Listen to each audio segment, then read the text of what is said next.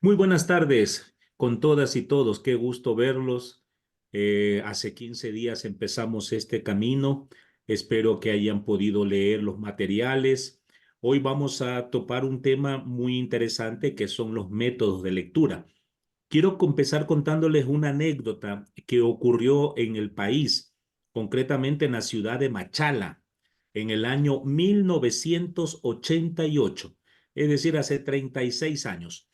Un joven evangélico se fue a su iglesia a, a celebrar su fe. Y ese día, pues el tema de la reflexión era sobre el texto que dice, si tu mano derecha es causa de pecado, córtatelo, que más vale entrar manco al reino de los cielos que perder la vida eterna. La persona que predicaba, el pastor que predicaba, lo hizo con tanto énfasis, con tanta pasión, que un jovencito que estaba allí presente se llegó a convencer tanto que al regresar a su casa tomó un cuchillo y se cortó. ¿Sí? Esto ocurre cuando nosotros tomamos los textos bíblicos y los leemos como palabra de Dios y pensamos que al ser palabra de Dios, lo que allí se dice debe ser cumplido a rajatabla, literalmente. ¿Sí? Y ese es un error que a veces cometemos. Yo he escuchado, por ejemplo, mujeres, hombres, decir que la Biblia dice que la mujer debe someterse al marido y piensan que una mujer sabia, que una mujer valerosa es la que agacha la cabeza delante de su marido, no le reclama, se somete porque así dice la Biblia. O van al Antiguo Testamento y leen que dicen que a los hijos hay que darles palo hasta más no poder, porque eso hace un buen padre, ¿no? Y lo dice la Biblia, ¿no es cierto? Y eso es una mala interpretación. Dos cositas para empezar así, antes de empezar el tema, ¿no? La Biblia es palabra de Dios cuando nos da vida, ¿sí? La Biblia, como dice el libro del Apocalipsis, puede ser una espada de dos filos. Hay personas que toman la Biblia para un mensaje de muerte, para condenar, para criticar, para hacer de lado a la gente. Algo que no va con lo que Jesús nos enseñó, ¿no? Jesús nos enseñó que tenemos que amar a un Padre lleno de misericordia, que abre sus brazos y está listo para acoger a cualquier hijo o hija que se haya alejado y desee volver a la casa del Padre. ¿Sí? Más alegría habrá en el cielo por un pecador arrepentido, va a decirnos Jesús, ¿no? Entonces, la Biblia es palabra de Dios cuando nos da vida, cuando anima nuestra vida personal, cuando anima nuestra comunidad. Leer la Biblia por leerla no nos garantiza eso. ¿Eh? La Biblia tiene más o menos unos 3000 años desde que se escribió en otra cultura, en otro pueblo, en otra lengua. Y el leerla implica que nosotros seamos capaces de sacar de entre todas las palabras el mensaje de lo que Dios nos quiere decir. Solo cuando nosotros logramos captar el mensaje de Dios, la Biblia se convierte en palabra de Dios. Ese es el tema de hoy, ¿sí? Vamos a ver hoy algunos métodos de lecturas populares. Son formas de leer. Yo les voy a enseñar cuantos alcancemos por el tiempo.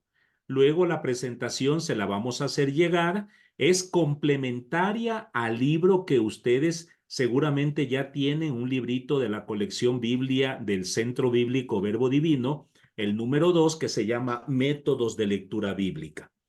Estos métodos se deben aplicar de acuerdo a las necesidades, muchas veces de acuerdo al texto. Ya lo iremos viendo, ¿no? Hay textos bíblicos que se pueden dramatizar porque hay muchos personajes. Por ejemplo, cuando se habla del buen samaritano, ¿no? Ahí aparecen varios personajes. Aparece un joven que le pregunta a Jesús, un hombre que lo asaltan, aparecen unos asaltantes, aparece un sacerdote, un levita, un hombre herido, se lo puede dramatizar. Hay otros textos que no se los puede dramatizar, pero que sí se los puede reflexionar. Por favor, si hay preguntas al final, como hicimos la vez pasada, dejaremos unos minutitos para que podamos compartir. Entonces, ahora se está abriendo la pantalla, ya la tienen ustedes allí, ya pueden verlo para que vayan siguiendo, ¿sí? Métodos de lectura bíblica popular. Son métodos que nos pueden ayudar a reflexionar. Lo primero que vamos a ver es que existen algunos errores al momento de leer la Biblia. Yo voy a nombrar cuatro. Cada uno de ustedes puede reflexionar si ha caído en alguno de estos errores alguna vez. Primero, leer demasiado rápido la Biblia. La Biblia no es un libro para leer a la ligera, porque no trata de asuntos banales. La Biblia es palabra de Dios y debemos leerla despacio, saboreándola. ¿Sí?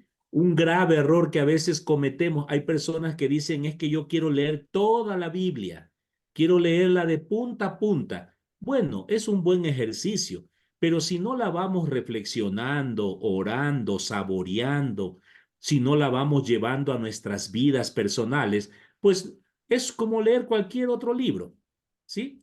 La Biblia hay que leerla despacio, muy despacio, saboreando cada uno de sus textos, cada una de sus enseñanzas. Segundo error que cometemos, leer la Biblia fuera de contexto. Es algo que lamentable muchos hacemos y llegamos a conclusiones que son dolorosas, erróneas, ¿no?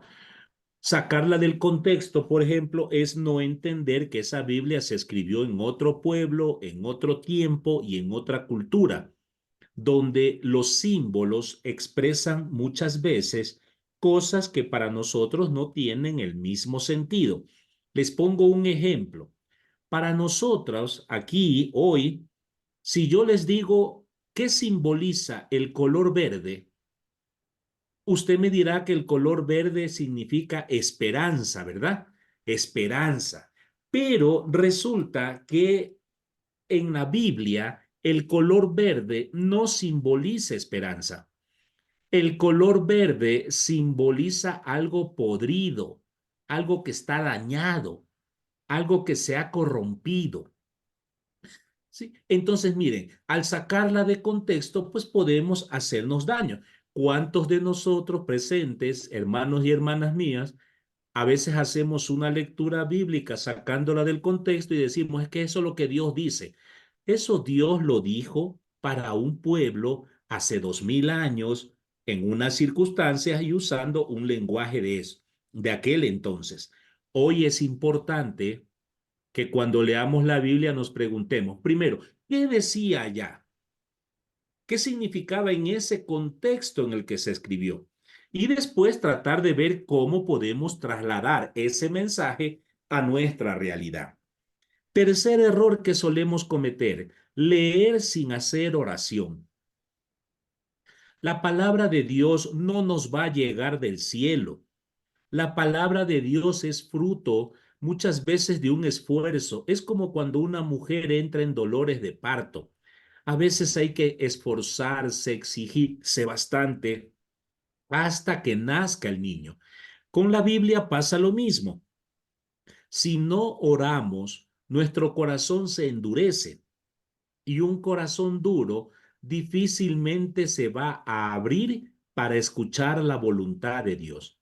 Por eso, al leer la Biblia, al empezar, siempre es importante invocar la luz del Espíritu Santo, la luz del Espíritu Santo. Y al terminar la lectura, la reflexión, el compartir, una oración de agradecimiento a Dios por lo que ha hecho.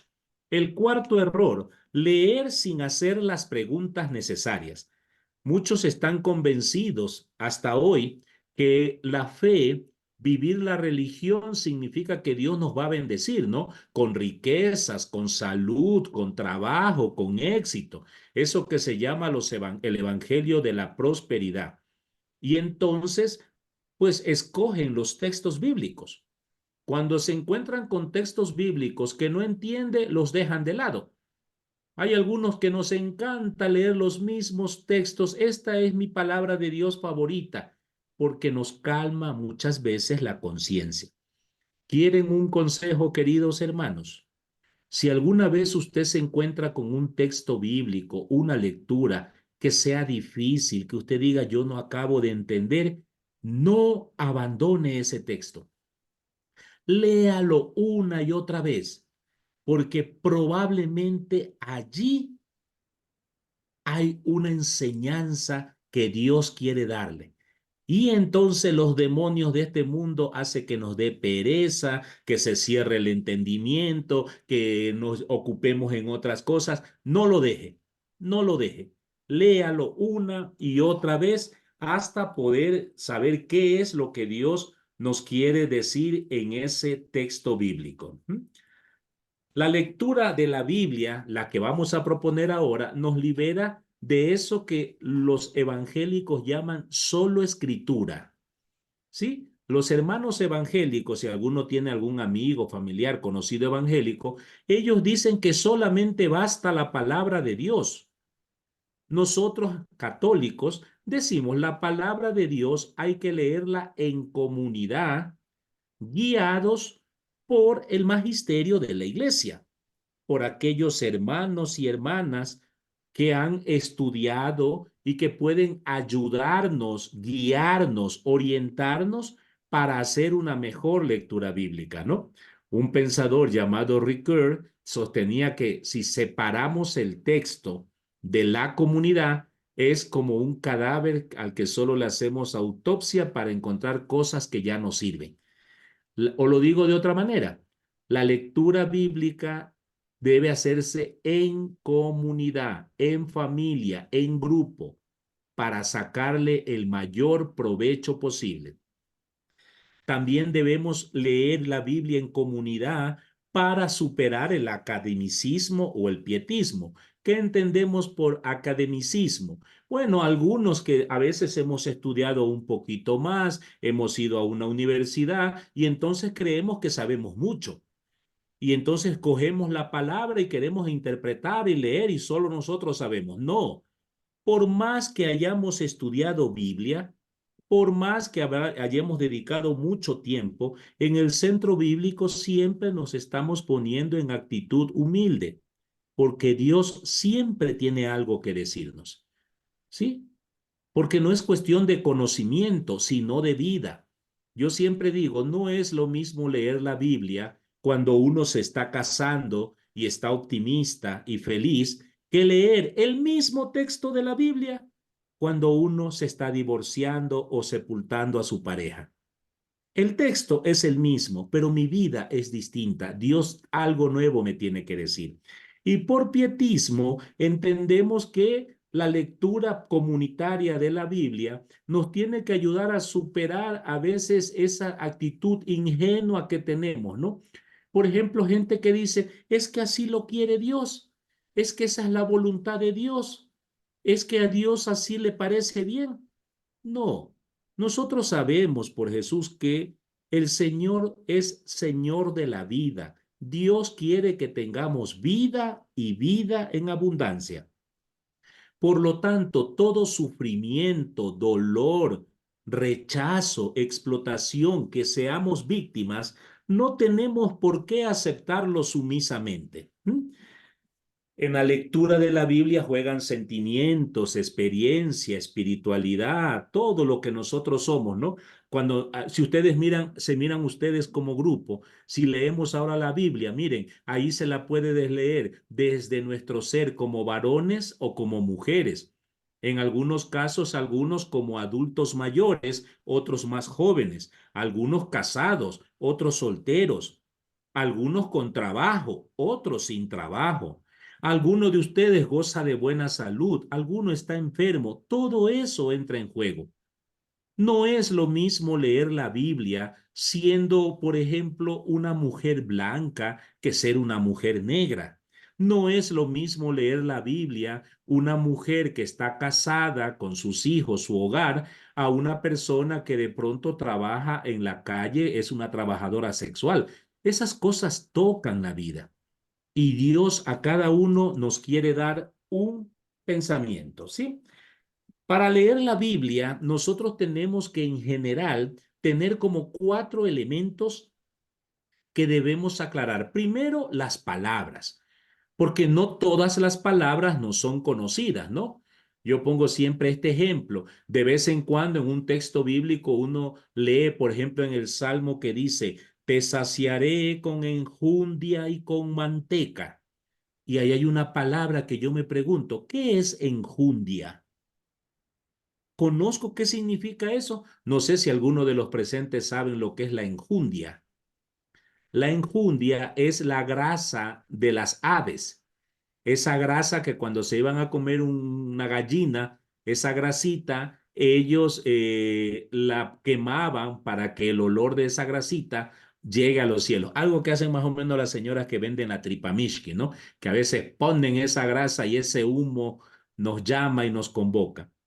Hay palabras que a veces no entendemos. Por ahí aparece, por ejemplo, la expresión que usted la conocerá como apellido, palomino, y ofrecerás por el nacimiento de tu hijo un palomino. Uno se pregunta, bueno, ¿qué es un palomino? Cuando no entendamos una palabra, busquemos aclararla. Un diccionario, un compañero que tenga un poquito más de conocimiento, a veces la Biblia mismo lo explica, ¿no? Por si acaso, un palomino es lo que nosotros llamamos un pichón, ¿ya? Luego hay que, juntando palabras, leer la frase completa, y poder entenderla. Muchas veces yo recomiendo, si el texto es muy largo, por suerte está dividido por frases, lea frase por frase y vaya entendiendo. Al entender varias frases, usted entiende todo el párrafo y finalmente entiende todo el texto. Si lo usamos en términos bíblicos, entendemos primero las palabras, luego entendemos el versículo, luego entendemos la perícopa y luego podemos entender todo el texto. Es importante buscar palabras que sean claves. Hay palabras que se repiten constantemente, ¿no? Por ejemplo, en algunos discursos de Jesús es constante que el Señor diga, levántate, ponte en pie, camina. ¿Por qué es tan importante para Jesús decirle a la gente, levántate, ponte en pie, camina? ¿Eh? Quizás nos está llamando la atención de que Dios no quiere que andemos por la vida con una actitud de sumisos, serviles, humillados. Dios no quiere hablar con gente que sienta vergüenza de su vida. Lo primero que el Señor nos dice, hermanita, póngase de pie, mire cara a cara, como el hijo pródigo, con mucha humildad, pero de pie. Mire a su padre de frente y dígale, Padre, yo pequé contra el cielo, yo pequé contra ti. Yo no merezco ser tu hijo. Y sienta cómo el padre le va a decir, yo no te voy a tratar como esclava porque eres mi hija, ¿no? Entonces, eso es leer, leer serenamente, saborear las frases. Veamos ahora algunos métodos de lectura, ¿no? Hasta donde alcancemos. Si nos faltan algunos para no correr, esta presentación le vamos a hacer llegar para que usted la lea, la reflexione y si necesita, se contacta con nosotros para hacer aclaraciones. ¿Mm? ¿Sí? Entonces, vamos a ver, el primer método es el que nosotros llamamos el método de la llovizna. En el librito folleto se llama también el método del goteo. Leamos el texto de Isaías. Como desciende de los cielos la lluvia y la nieve, y no vuelve allá, sino que riega la tierra y la hace germinar y producir, y da semilla al que siembra y pan al que come, así será la palabra que sale de mi boca. No volverá a mí vacía, sino que hará lo que yo quiero, y será prosperada en aquello para que la envíe. Palabra de Dios. Este texto de Isaías nos ayuda a entender que una forma de leer la Biblia es pensando en la imagen de la lluvia, ¿no? Cada palabra que está en la Biblia es como una gota que riega nuestro corazón, toca nuestro entendimiento. ¿Cómo se aplica este método? Facilito, mire, usted toma el texto bíblico, puede ser el de hoy que le propone la iglesia, puede ser un texto que ustedes decidieron traer, algún texto que fue propuesto y lo lee. Léalo despacito, versículo por versículo. A veces yo digo, si hay bastantes personas, puede leer un versículo cada persona, despacito, como gotitas de agua que vamos absorbiendo, ¿no? Como hace el pollito, que coge una gotita de agua, levanta el pico y bebe. Así, gota a gota. Después de que todos hayamos leído y hayamos captado y asumido el texto, lo comentamos con nuestras palabras. Esto es muy importante, que usted pueda con sus propias palabras poder resumir el texto. Esto le ayuda a que usted convierta lo que ha leído en una palabra que usted la ha cogido. ¿Sí? Y ahí puede usted comentar con sus propias palabras qué le llamó la atención, si le gustó el texto, si no le gustó. Hay textos bíblicos que a uno le cuesta a veces leer, siente como rechazo, ¿no? Yo les confieso, hay un texto que durante mucho tiempo yo tenía mucha complicación. El texto ese del administrador astuto. ¿Se acuerda? Ese hombre que lo votan porque era deshonesto y antes de irse va y le dice a uno, ¿cuántos litros de aceite debe? 100, pon 80.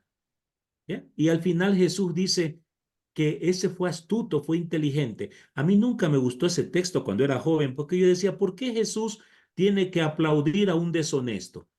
Me costó mucho tiempo leerlo, reflexionarlo, hasta poder entender el mensaje que tenía al fondo.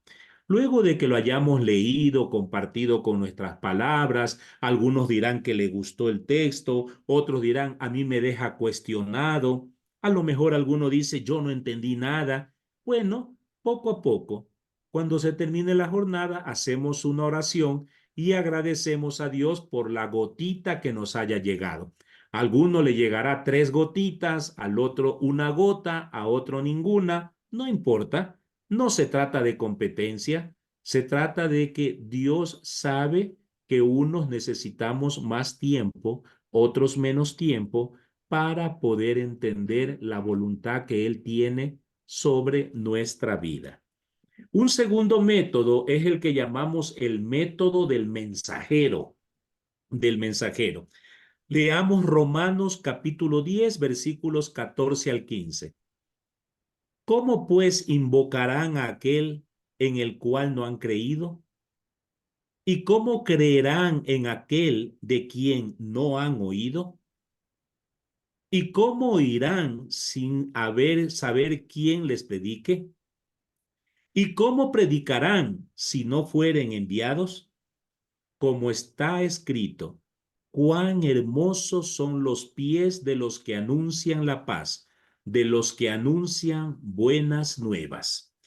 Este método que nosotros hemos llamado del mensajero nos invita a que al leer la Biblia tengamos siempre presente que de Dios nos llegan buenas noticias para todos, especialmente los más débiles, los marginados, los pobres.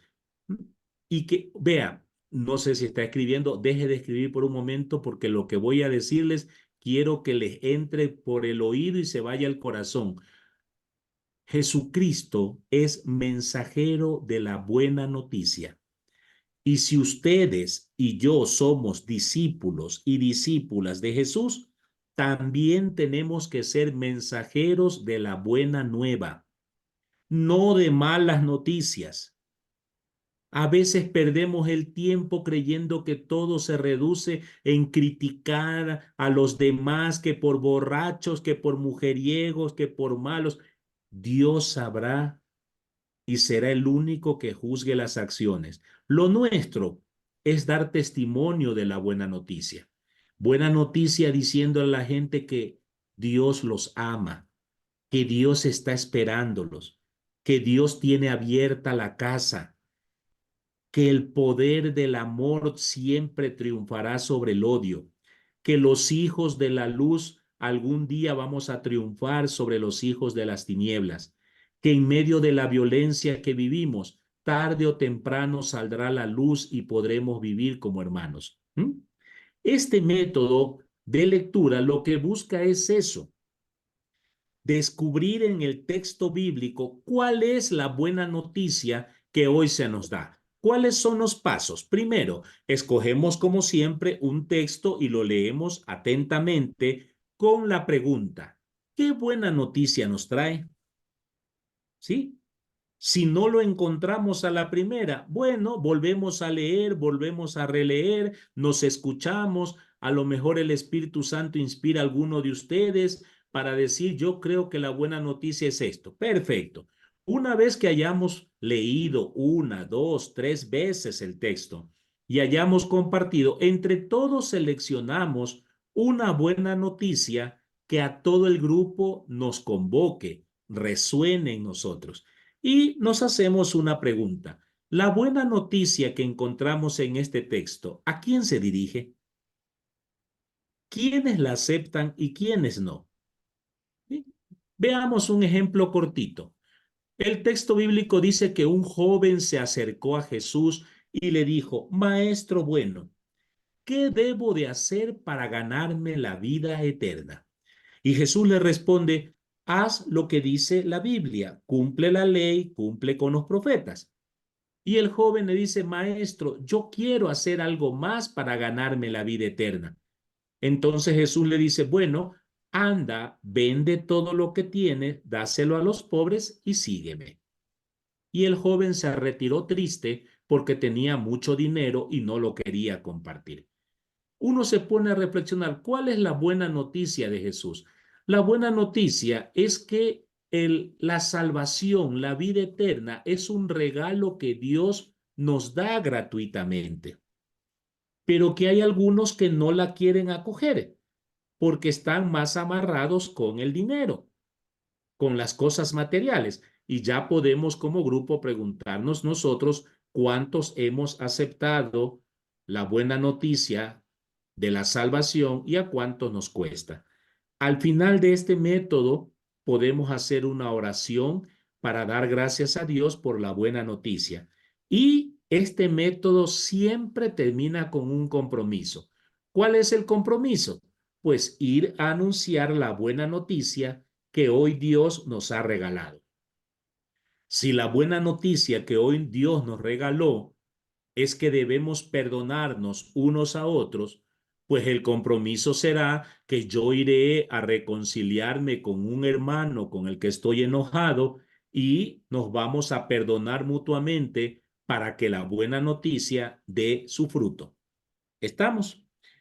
Un tercer método que podemos encontrar es el llamado método de la mochila. El método de la mochila. Leamos el texto primero, Lucas capítulo 12. No temas, pequeño rebaño, porque al Padre le place darte el reino. Vendan lo que posean y den limosna. Hagan bolsas que no se envejezcan, tesoros en el cielo que no se agoten, donde el ladrón no llega ni la polilla destruye, porque donde está tu tesoro, allí está tu corazón.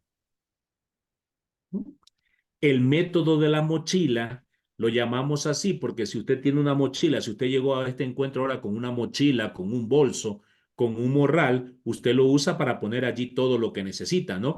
Sobre todo si es bolso de mujeres, uno ahí encuentra de todo, encuentra maquillaje, unas cucharas que no es para endulzar el café, sino para las pestañas, tapas de mentol para arreglarse las pestañas, esferos, se encuentra dinero, la llave, el celular. Bueno, algunos llevan comida, libros, una Biblia, papeles, de todo guardamos en una mochila, ¿cierto?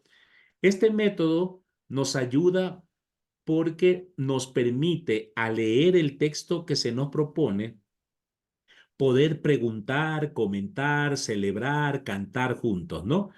En este método de la mochila, porque viene de todo un poco, nosotros podemos analizar, por ejemplo, los personajes y ver qué hacen. ¿Eh? Hay un texto bíblico que dice que Jesús está sentado al mediodía bajo un árbol. Trate de imaginárselo a Jesús sentado de un árbol. Estaba sobre una piedra, estaba en el piso con los pies estirados, con las piernas recogidas, y de pronto llega una multitud trayéndole a una mujer encontrada en adulterio. Trate de imaginar a la multitud enojados, molestos, insultando, vociferando, escupiendo con piedras en la mano. ¿Cómo estaba esa mujer? Seguramente semidesnuda, asustada, aruñada, despeinada porque la han golpeado. ¿Mm? ¿Cuál es la actitud de Jesús frente a ese panorama? ¿Qué hace? Cuando Jesús lo cuestiona, ¿cómo reacciona? Cuando Jesús le dice, mujer, ¿cuántos te condenaron? Ninguno, maestro, yo tampoco te condeno, vete tranquila. ¿Qué sensación tuvo la mujer? Miren cómo hay diferentes cosas que se pueden analizar allí. ¿Qué nos enseña eso? ¿Cómo eso lo podemos traer a la mochila de nuestra vida diaria? ¿Mm? ¿Con cuál de esos personajes nos identificamos? ¿Con la mujer? ¿Con Jesús? ¿Con la gente que tira piedra? ¿Alguna vez hemos sentido esas iras de querer matar a alguien? ¿Alguna vez hemos tenido miedo frente a un peligro de muerte? ¿Alguna vez hemos sentido como Jesús el miedo de que dependiendo de lo que diga, hasta a mí me pueden tirar piedra? Este método quiere llegar a la parte de los sentimientos, ¿sí? Y los sentimientos son variados. Algunos podrán reconocer que son a mujeres adúlteras por el miedo que tienen, otros serán Jesús, otros serán personas que quieren matar, no importa. Aquí no se trata de, a veces el peligro que tenemos es todos queremos ser Jesús, todos queremos mostrar que somos, no, no, a veces somos lo otro y no sentimos vergüenza por ello. Estoy en construcción. Mi esperanza es que el constructor es Jesús y Él poquito a poquito me está moldeando, me está formando. Un cuarto método que encontramos, el método de los tres pasos. Leamos Mateo 7. Cualquiera que oye estas palabras y las pone en práctica es como un hombre prudente que edifica su casa sobre la roca. Descendió lluvia, vinieron ríos y soplaron vientos y golpearon contra aquella casa. Y no se cayó, porque estaba fundada sobre la roca. Cualquiera que oye estas palabras y no las pone en práctica, es como un hombre insensato que edifica su casa sobre la arena. El método de los tres pasos se lo llama así porque son como tres momentos que tenemos a la hora de leer la palabra de Dios. ¿Cuáles son esos tres pasos? Ver, juzgar y actuar. ¿Ver qué? Vemos la realidad. No partimos propiamente del texto bíblico, sino de nuestra realidad. La realidad que ustedes viven en su parroquia. Algunos están encerrados con teletrabajo por la violencia. En medio de eso es un cumpleaños y estamos felices. Ha nacido un niño. Una vecina acaba de quedar viuda o acaba de quedar un niño huérfano. Acaba de haber un incendio. Se acaba de poner un nuevo negocio. Eso es la vida. Esa es la vida diaria y tenemos que verla, desentrañar lo que está pasando. ¿Qué es lo que estamos viviendo? ¿Por qué lo estamos viviendo? ¿Cuáles son las consecuencias de los problemas que estamos viviendo en este momento?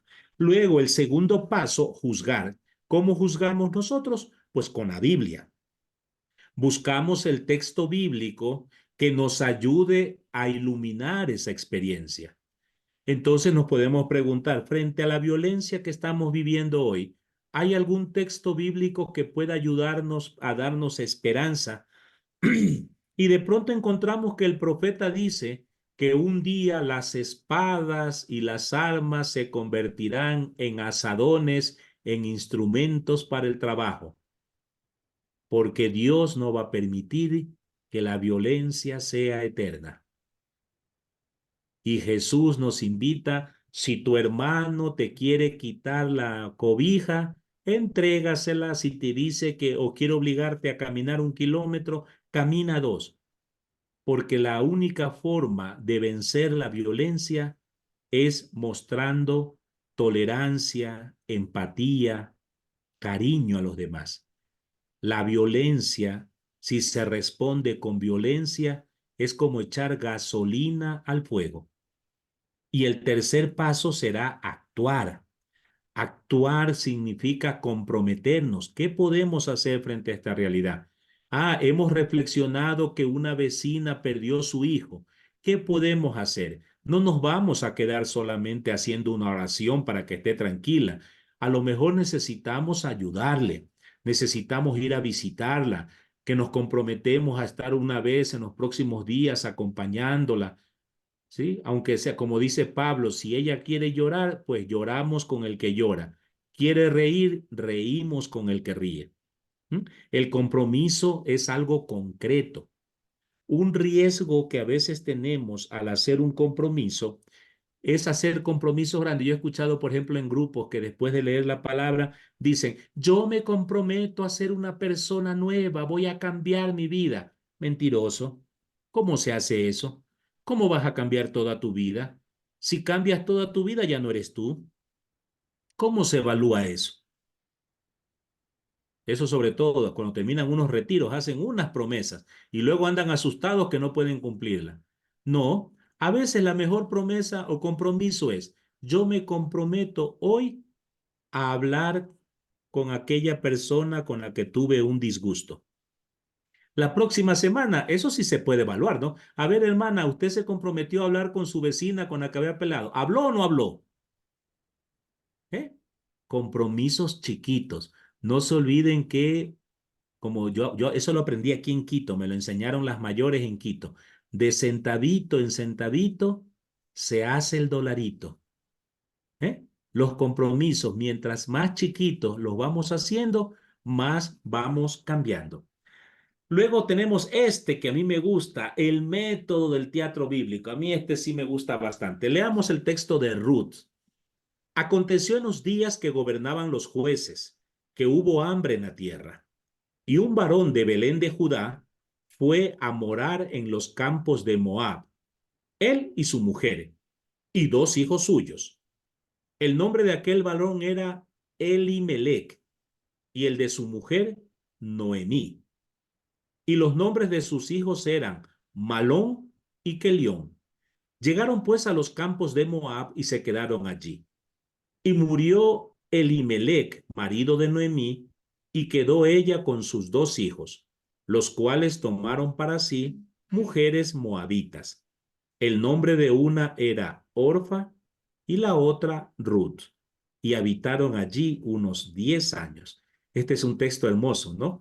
Porque habla de unos judíos que no habiendo qué comer se van a un país extranjero y allá pues se ponen a vivir y los 2 hijos que tienen se casan con mujeres extranjeras pero no tienen hijos. Al final mueren los 2 hijos y Ruth, perdón, la mujer, la esposa ya viuda, la Noemí, decide pues regresar a Israel y una de sus nueras dice, yo me voy contigo, Ruth, ¿verdad? Y ahí ustedes saben que Ruth regresó y logró cuidarla y al final Ruth va a ser la abuela del rey David, o sea que vendrá a ser como la tatarabuela de Jesús. Fíjense, qué bonita historia. Esta historia nosotros la podemos dramatizar. No todos los textos bíblicos se pueden dramatizar, pero algunos sí. Este se puede dramatizar.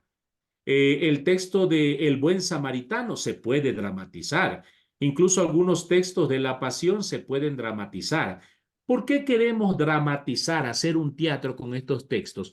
Para traerlos al presente. Porque a veces, sobre todo hoy, la información más entra por los ojos. Algunos son mayores, como yo, de mi generación, que nos entraba la cosa por el oído. A nosotros nos enseñaban, escuche, escuche. Hoy a muchas personas jóvenes uno no le puede decir escuche porque se aburren. Están con su celular, están en otra cosa, ¿verdad? Pero se puede recurrir al teatro. En el teatro, y no necesariamente repitiendo las mismas palabras, puede ser o mudo o con nuestras propias palabras. La idea es que el texto entre por los ojos. ¿Cómo se hace este método? Primero, escogemos el texto que tiene una característica. Deben ser textos para ser dramatizados. Luego podemos hacer una lista de los personajes y sacar en el grupo qué hace cada personaje, qué dice, cómo actúa, ¿sí? Cuál es el mensaje que está dando. Y luego preparamos la dramatización. Yo recomiendo mucho que si vamos a dramatizar, cada uno espontáneamente escoja los personajes. ¿Sí? Para que los que participen se sientan cómodos. Se trata es de colaborar entre todos, no de sentirnos tensos, ¿no? No a todo mundo le gusta actuar, ¿no? Yo digo, es lo mismo que en las dinámicas. Hay personas que gustan de las dinámicas, de bailar, de moverse. A otros les cuesta porque son más serios. No hay cómo obligar. ¿Sí? La dramatización debe ser espontánea. Si pueden, se puede buscar ahí vestuario. Si alguna vez quieren vivir esta experiencia en carne propia, en los cursos que hacemos en el centro bíblico, en varios de los temas, hacemos dramatizados. Y nosotros nos hemos vuelto tan expertos que tenemos unas cajas de cartón donde tenemos vestidos, alitas, cruces, coronas, de todo para que todos se puedan disfrazar, ¿no? Luego de hacer la dramatización, pues podemos nosotros aclarar dudas, responder preguntas, resumir el mensaje y se termina con una oración. Vamos a ver el último. Hasta allí porque quiero dejar unos minutos por si acaso deseen hacer preguntas. El método de la palabra clave. Libro del Deuteronomio capítulo 22.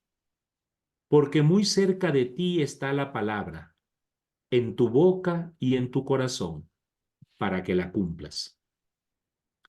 ¿Cuál es la palabra clave aquí? Pues la palabra de Dios está en tu corazón. A mí me encanta Hechos de los Apóstoles cuando vienen los ángeles y le dicen a los discípulos, ¿qué hacen allí? Vea como pollos mirando al cielo. Dios está dentro tuyo. Ese que se fue al cielo ya está habitando en el corazón. No busques afuera lo que está dentro. Palabra clave. La clave es como una llave que abre la vida y la Biblia para escuchar lo que nos tiene que decir Dios y lo que nos tienen que decir los hermanos, el pueblo. Y muchas veces responder a esa palabra. Este método, igual que el método de los 3 pasos, parte del contexto de lo que estamos viviendo. Leemos el texto sagrado, la Biblia, y lo hacemos con un pretexto. El pretexto es ser mejores personas, construir el reino, pelear por la justicia. ¿Cuáles serían los pasos? Primero, acercarnos al texto, ver el lenguaje, el género, ¿eh? A veces hay poesía, los salmos son poesía y la poesía uno la lee como poesía, ¿verdad? Cuando a uno le enseñaban de niño esos cuentos en que Caperucita habla con el lobo feroz, uno entiende que es un cuento, que los lobos no hablan. Y no se va a quedar usted diciendo, es que antes los lobos sí hablaban. No, no. Usted tiene que ir más allá del cuento, ¿no? A veces son cartas como la de Pablo, a veces son narraciones, a veces son parábolas de Jesús. Entonces, acercarse al texto, ver qué personajes aparecen, ver cuál es la situación. ¿Eh? Cuando el texto bíblico dice que a Jesús le presentaron una mujer encontrada en adulterio, saben que yo, que soy curioso, me fui a averiguar en el Antiguo Testamento si había alguna ley al respecto y efectivamente hay una ley. Y se las digo, miren, la ley decía, si una mujer consiente estar con un hombre casado, eso es adulterio. Ambos deben morir.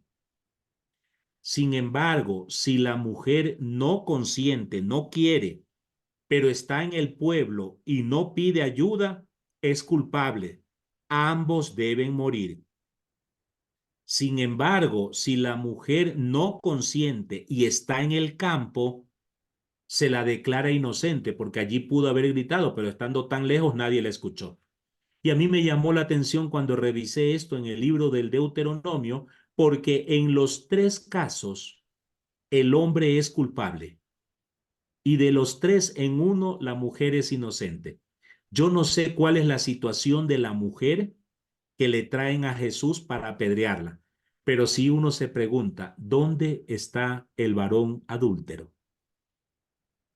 Y entonces uno descubre que la situación de la mujer en el tiempo de Jesús era tan lamentable como a hoy, que siempre le estamos echando la culpa a las mujeres, que las mujeres no se hacen respetar, que las mujeres deben darse su lugar, que las mujeres son culpables de que les falten el respeto por cómo se visten, etcétera, etcétera. Y yo digo siempre, las mujeres tienen derecho a vestirse como ellas deseen y tienen derecho a bailar como ellas quieran y tienen derecho a tener las amistades que ella quiera. Y eso no le da autoridad a un varón para faltar el respeto.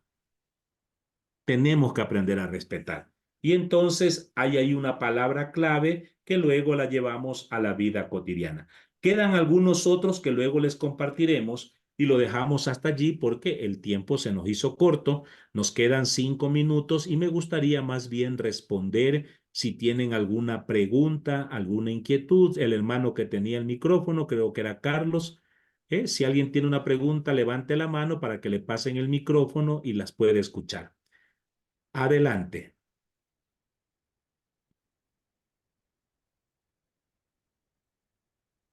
Vamos a abrir el espacio para las preguntas. Quien desee preguntar, agradecer o una inquietud que les haya quedado de los métodos de la lectura bíblica, pueden aprovechar.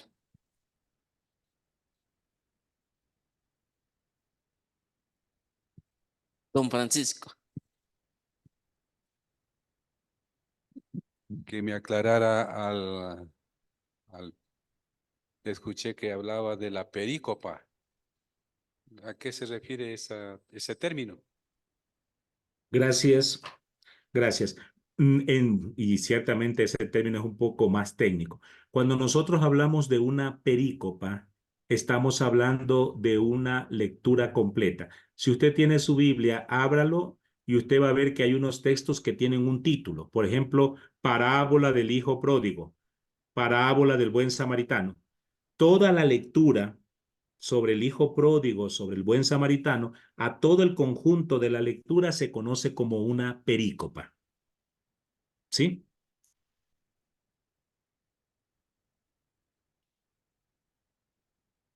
¿Alguna otra pregunta, inquietud? Ve, aproveche que estoy como una naranja. Ustedes Otra, son manos, expriman y saquen jugo. otra pregunta, Manuelito. Sí, buenas noches.